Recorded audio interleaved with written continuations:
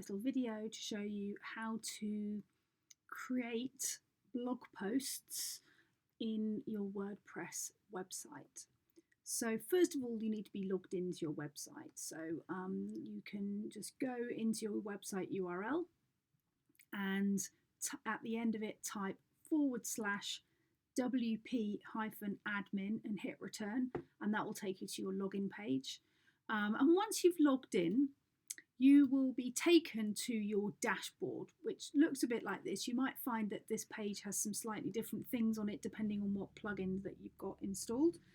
And we're interested over here on the left hand side to the posts. Now there's two ways to create new posts. You can either navigate to this posts button on the left hand side and then go to all posts, or add new, and adding new will take you straight in. Or you can go up to the top here and there's a little plus sign with new, and there's a quick link at the top there where you can create a page or a post. So we would be creating a post. Now this is specifically for creating blog posts that appear in your blog role. It is different than pages and it is different from projects. So just make sure that you create the right kind of file. So let's go to create one. And we will come to this page. Now we've got this little pop-up here that says build your layout using Divi, and Divi is our preferred theme for our WordPress websites. It could be your site doesn't have this theme and this may not appear, but if it does, for blog posts only, you need to completely ignore Divi. So we will always create blog posts in the native builder for WordPress. So we're going to say use default editor, and that little button will disappear for now. So first of all, we're going to add our title.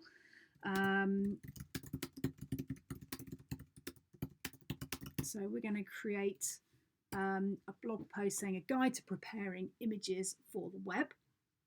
And on the right hand side here, we can see we've got some more options. And we want to just scroll down a little bit, and we want to select a category. So I don't actually have any categories set for my blog posts yet. So I'm going to just create one, how to guide, and then add that. And then I'm going to select that category. You don't have to have categories for your blog post, but it helps if you are going to write blog posts on different topics. It enables you to be able to surface different types of content in different parts of your site. So as you have more and more blog posts, you may well find that having categories enables you to filter them better in the future. We also want to have a featured image, and it's useful to have a featured image that's a specific size, but it can be any size. And for now, we're just going to choose something that's already on the website. Now, we ideally want to have something that's portrait. So let's just, oh, this one's a square picture. Well, let's use that one. It's fine. It's a square. So we can change that later, but this featured image is going to appear on the blog grid. So it's quite important to have an image here if you want to have an image attached to the blog when it appears on your site. Right down the bottom as well here, we have this page layout button.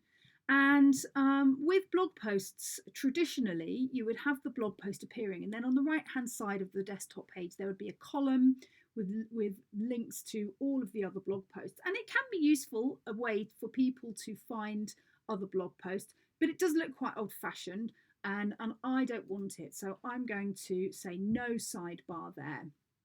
And so that just means it's not going to show.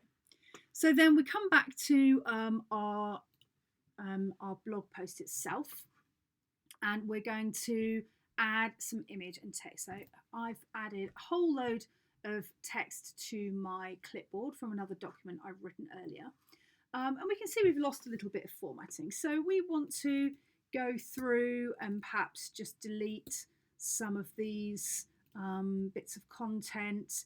If you hit return and hit delete button, it will edit the text, but actually each paragraph of text appears like a different module. We can add headings as well. So I'm going to turn this into a heading.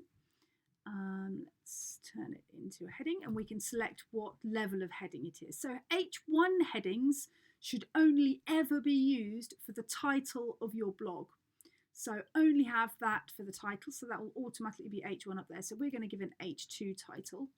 And we can see that it's changing the typeface and the everything here, formatting, but actually the way it will appear on your website will be dictated by the theme default option. So don't worry too much about what that looks like here.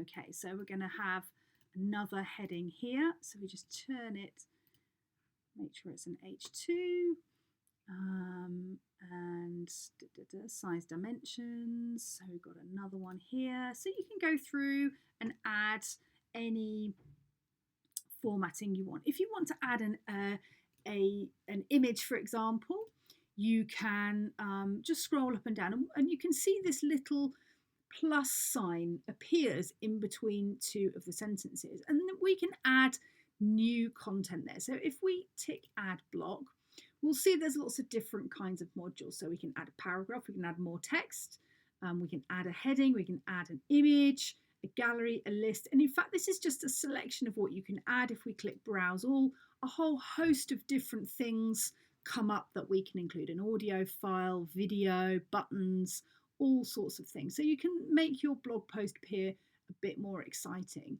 So let's just add an image just so we can see what it looks like. Now there's two ways that we can add an image. We can either just upload it straight from our computer, or we can add it from the media library. And it's quite important to make sure that any images you upload have been optimized before you put them on their website. And you can see that this whole blog post is all about how to do that. So if you want to find out about image optimization, then get in touch and we can send you a link to this blog. So if we click on media library, this takes us to all of the images that are already uploaded onto the website. So let's just choose another one. Let's have a nice picture here just to add a bit of colour, and we can edit it by adding a frame, making it go to the left or the right, various ways that we can edit it. So I'm happy with that for now. And so all that's left to do is to save it. Now we can save it as a draft, and it's a good idea to do that right from the beginning and regularly do that. WordPress will auto save, but it's glitchy, and it's always a good idea to save regularly. If you save it as a draft, it will not appear anywhere on your site. So it's quite a useful thing to do if you're working on blog posts that you know you're going to want to go back to another time. When you're ready for it to go live, we can click publish. And look, it wants us to do it twice, and we can now it's published. Now you can schedule posts, and your blog post will appear in reverse date order on your blog. So if you wanted to amend the order in which they appear, we'd need to go back into our dashboard, go back into posts, and this is the all posts page. So we didn't actually click on that earlier, but when you close your blog post, this is what will come up. And we can see this blog post is here, a guide to preparing images for the web. And over here we can see that we've got the date that it's been published and the time. So if we wanted to alter the order of the blog posts, we could just go to quick edit, and this will pop up a couple of key bits of information that we can edit without actually going into the blog post.